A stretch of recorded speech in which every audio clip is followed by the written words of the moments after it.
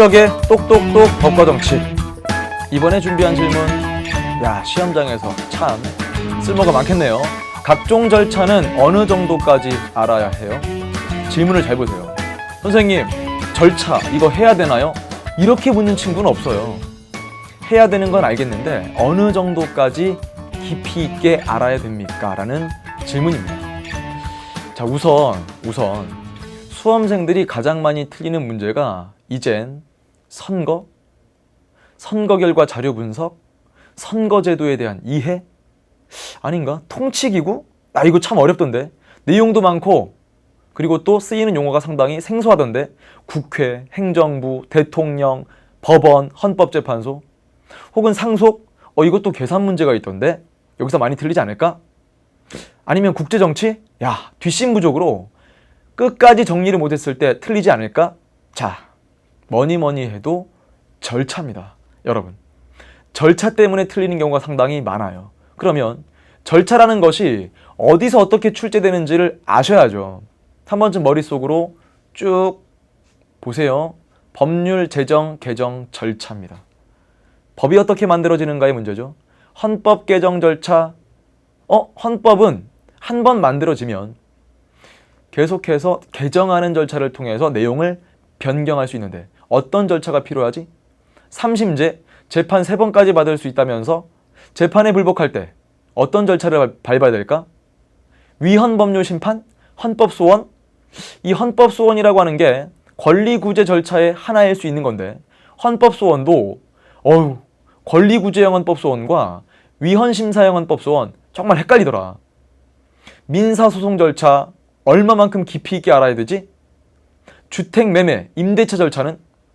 형사 절차는 또 상당히 복잡하고 내용도 많던데. 소년사건 처리 절차, 이거는 제시문에 등장하는 그 주인공 갑을병이 나오면 연령도 따져야 되고 어디로 보내지는지 또 어떤 결론에 도달하는지 상당히 많은 논점들이 있더라. 근로자 피해 구제 절차, 소비자 피해 구제 절차, 마지막 조약 체결 절차까지. 한도 끝도 없구나. 이것 때문에 많이 틀리겠네 싶은데요. 그렇다면 어디까지 알아야 할까요?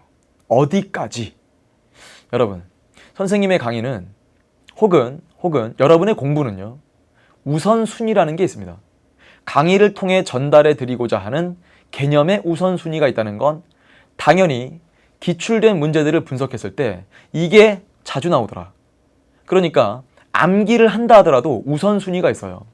그 우선순위의 첫 번째는요, 뭐니 해도 흐름입니다.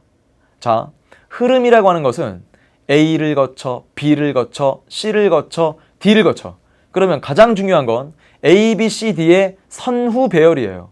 그러니까 뭐가 앞서고 뭐가 뒤에 나오는지를 먼저 판단을 하셔야만 됩니다. 뿐만 아니라 최근의 출제는요, 이걸 꼭 묻게 돼 있어요. B를 청구하려면 A를 꼭 거쳐야 돼? 아니면 A를 거칠 수 있는 거야? 즉, A를 반드시 거쳐야만 B를 청구할 수 있도록 하는 것이 있고요. B를 청구하기 전에 A를 거칠 수 있도록 하는 경우가 있습니다. 그러면 시험 문제 낼 때 거쳐야 한다, 거칠 수 있다, 신청해야 한다, 신청할 수 있다, 이런 식으로 문제를 낸단 말이죠.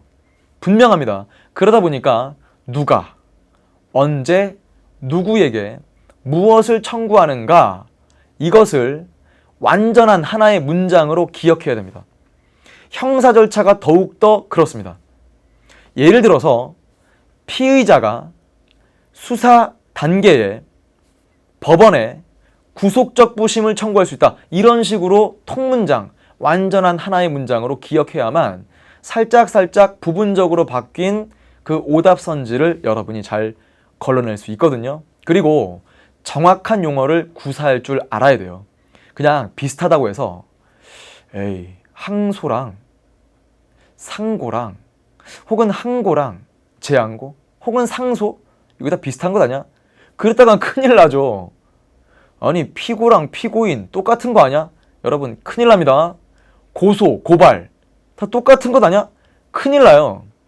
자, 여기까지는 확실하게 이해를 했고 여러분도 고개를 끄덕거리면서 수긍을 했을 겁니다. 자, 이제 기간까지 다 알아야 됩니까? 여기서 큰 고민이 따르는데, 기간이라고 하는 것은요, 반드시 암기해야 되는 기간도 있지만 허탈하게 암기가 필요 없이 그냥 시험 문제 일정 기간 내에 이렇게 출제하는 게 있어요. 그러니까 기간까지 다 외우려고 하지 마시고, 선생님이 우선순위가 있다고 말씀드렸죠. 흐름 먼저 보고 누가 언제 누구에게 무엇을 청구하는가 확인을 하고 정확한 용어를 구사할 수 있는 정도까지 온 뒤에 기간에 대한 접근을 하셨으면 좋겠습니다. 기간에 대해서 꼭 필요한 것은요, 법률 제정, 개정 절차 혹은 헌법 개정 절차, 이런 정도에서는 기간이 꼭 필요하지만 뒤로 갈수록, 예를 들어 근로자의 권리, 구제 절차, 거기서 뭐 며칠 이내에 이런 것들은 크게 당장은 중요한 게 아닌 겁니다. 우선순위 아시겠죠?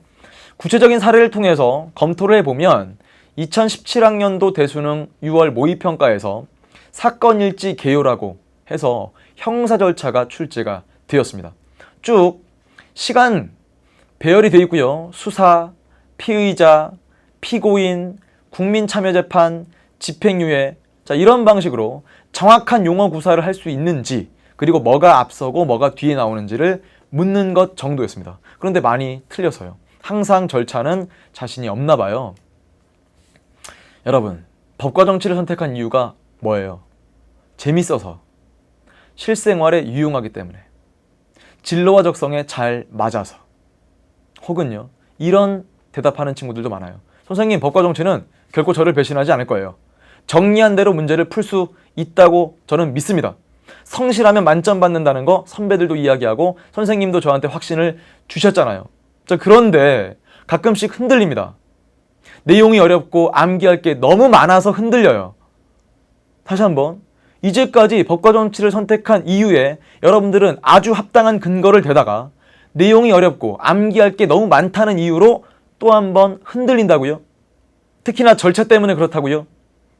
절차는요, 처음에는 누구나 낯설고 익숙하지 않습니다. 그런데 신기한 일이 벌어져요. 공부를 하면 할수록 양이 줄어들어요. 왜? 선생님, 공부할수록 양이 줄어든다는 게 무슨 말이에요? 반복하다 보니까 혹은 기출문제를 풀어보다 보니까 나오는 것만 나온다는 것도 알게 될 거고요.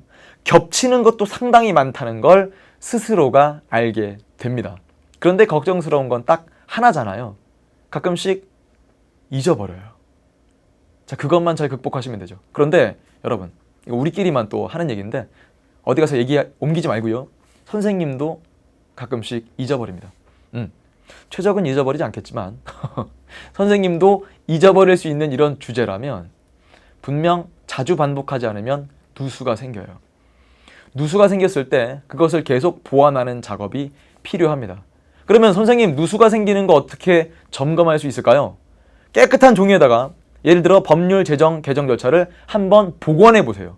어딘가에 도움받지 말고 여러분이 스스로 적어보시길 바랍니다.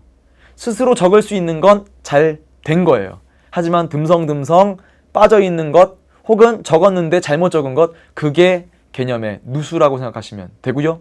중요한 시험 전에 다시 볼 수 있도록 여러분 스스로가 일목요연하게 정리해 두는 것, 이것이 가장 중요한 정석이죠. 정석의 공부 방법인데 실제로는 많이 이렇게 적극적으로 하지는 않더라고요. 자, 절차에서 자신감을 갖는다면 법과 정치가 여러분의 전략 과목이듯 절차도 여러분의 전략 주제가 될 수 있다고 믿습니다. 꼼꼼함이 무엇보다 중요하겠죠? 법과 정치 절대 포기하지 말고요. 최선을 다해서 정리하길 진심을 다해 응원합니다. 지금까지 최적이었습니다. 안녕!